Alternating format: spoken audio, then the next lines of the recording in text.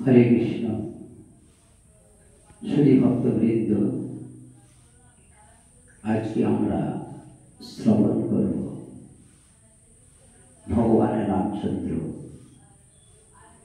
তিনি পিতা আদেশ পালন করবার জন্য যে বনে গিয়েছিলেন এবং তার ভাই ভরত দাদার প্রতি শ্রদ্ধা জ্ঞাপন করে তিনি 14 বছর রাজ সিংহাসনে দাদার পাদুকা রেখে রাজ্য শাসন করেছিলেন। এটা এই যুগে সকলের পক্ষে সম্ভব নয়। তাই ভগবান রামচন্দ্র জগৎকে শিক্ষা দেওয়ার জন্য তিনি এই রামায়ণে এইটা আমরা শিক্ষা লাভ পাই। তাই জগতে যা কিছু হয় সব প্রকৃতির নিয়মই হয়ে থাকে, আর ভগবান এই প্রকৃতির নিয়ন্তা হচ্ছেন ভগবান। সেজন্য গীতায় ভগবান বলেছেন মায়া অধ্যস্থেন প্রকৃতি। তাই আমার পরিচালনায় প্রকৃতি চলে এবং ভগবান তা নিয়ন্ত্রণ করে থাকে। তো এখানে আমরা লক্ষ্য করলে বুঝতে পারব যে রামচন্দ্র অভিষেক হওয়ার কথা সবকিছুই ঠিকই আছে, কিন্তু কালের প্রভাবে মন্থরা নির্দেশ অনুসারে মন্ত্রণায় কৈকেয়ীকে তিনি যে পরামর্শ দিয়েছিলেন যে তুমি যে দুটো বর চেয়েছিলে তুমি এটাকে প্রার্থনা করো রাজার কাছে। যে শর্তটা ছিল অত্যন্ত বেদনাদায়ক, কিন্তু নিয়তির কাছে, নিয়মের কাছে, কালের কাছে কোনোটাই টিকে না। তাই ভগবান এটা দৃষ্টান্ত স্থাপন করেছে যে আমি ভগবান হলেও কালের প্রভাবের কাছে সকলকে এটা গ্রহণ করতে হবে। তাই রাম রাজা হবে, অভিষেক হবে, সব কিছু ঠিকঠাক, কিন্তু কালের প্রভাবে সবই পরিবর্তন হয়ে গেল। কৈকেয়ী চেয়ে বসল দশরথের কাছে, একবারে রাজা যে হবে রামচন্দ্র তাকে 14 বছর বনে যেতে হবে এবং আমার পুত্রকে রাজা করাতে হবে। তাই তাতে সকলে বিমর্ষ হয়ে পড়ল, কিন্তু নিয়তির কাছে সকলে মুহ্যমান হয়ে মাথা মাথাই করল। তাই রামচন্দ্র পিতৃসত্য পালনের জন্য তিনি বনে চলে গেলেন লক্ষ্মণ এবং সীতাকে নিয়ে, এবং ভরত ছিলেন মাতুল আমার বাড়িতে।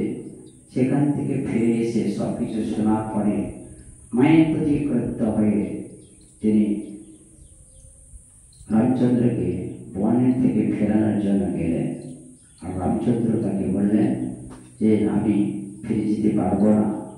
যখন খুব ব্যাকুলতার সঙ্গে তিনি প্রার্থনা করলেন ভরত, তখন তিনি বললেন যে আমি নির্দেশ দিচ্ছি তুমি আমার নামে তুমি রাজ্য শাসন করবে, কারণ তুমি যদি ফিরে না যাও তাহলে সেখানে প্রজারা দুশ্চিন্তা করবে এবং পরিণামে আমাদের প্রতি মানুষের অশ্রদ্ধা তৈরি হবে। তাই ভরত যখন দেখলো দাদা ফিরে আসছে না, তখনই রামচন্দ্রের পাদুকা নিয়ে তিনি ফিরে এলেন এবং সেই পাদুকা রাজসিংহাসনে বসে তিনি প্রজাদের প্রতিবিধান করেছিলেন এবং রামচন্দ্রের নির্দেশ পালন করেছিলেন। এটা আপনারা সকলে জানেন।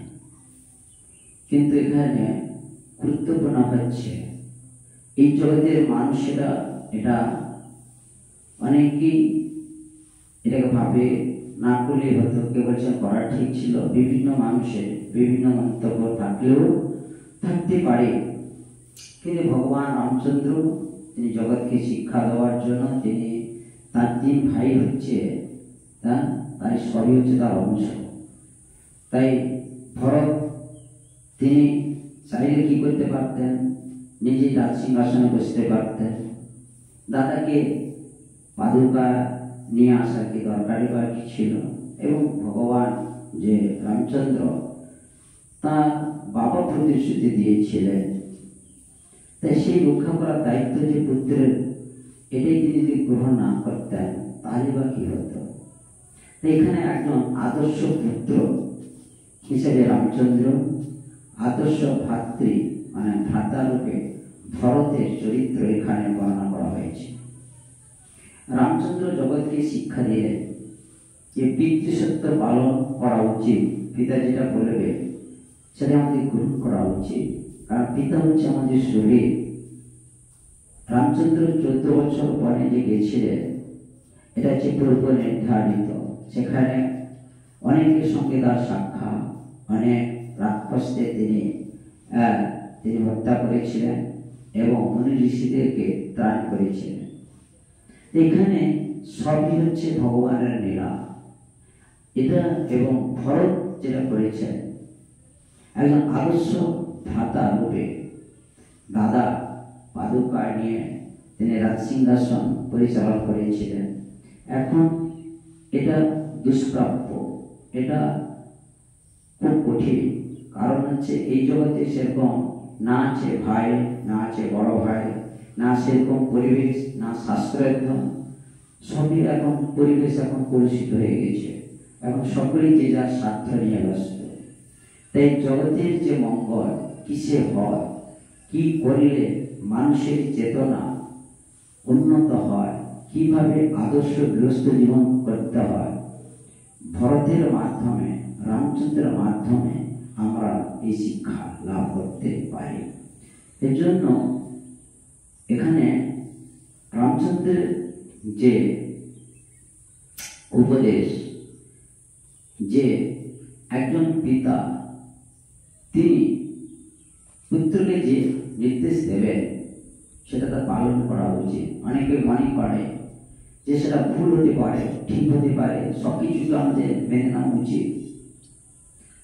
পিতার কাছে পুত্র হচ্ছে নগণ্য, কিন্তু যেহেতু এটা জগৎ বলি প্রভাব, ঠিক সেক্ষেত্রে আমাদের মধ্যে সেই দৃঢ় বিশ্বাসের অভাব, তার জন্য আমরা অনেক সময় বিচার করে থাকি।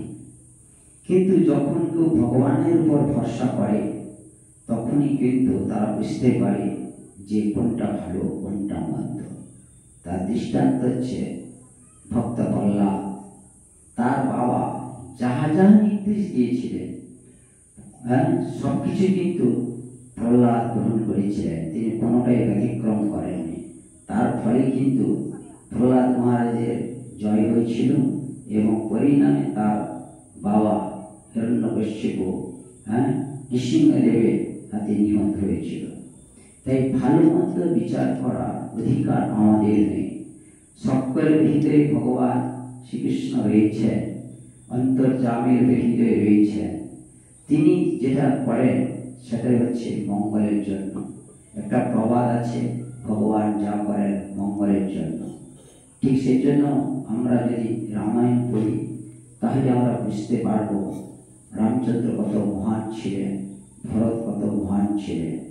এজন্য অনেকেই রাম রাজত্ব করতে চায়, কিন্তু রামের চরিত্র, রামকে ভালোবাসলে, রামের গুণকীর্তন করলে, রামের ভক্ত হলে তবে কি রাম রাজত্ব করা যায়।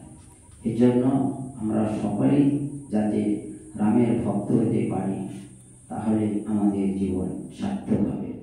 এই সকলে বলুন হরে কৃষ্ণ কৃষ্ণ কৃষ্ণ হরে হরে, হরে রাম রাম রাম হরে হরে। জয় শিল প্রভুপাদ কি জয়। হরে কৃষ্ণ।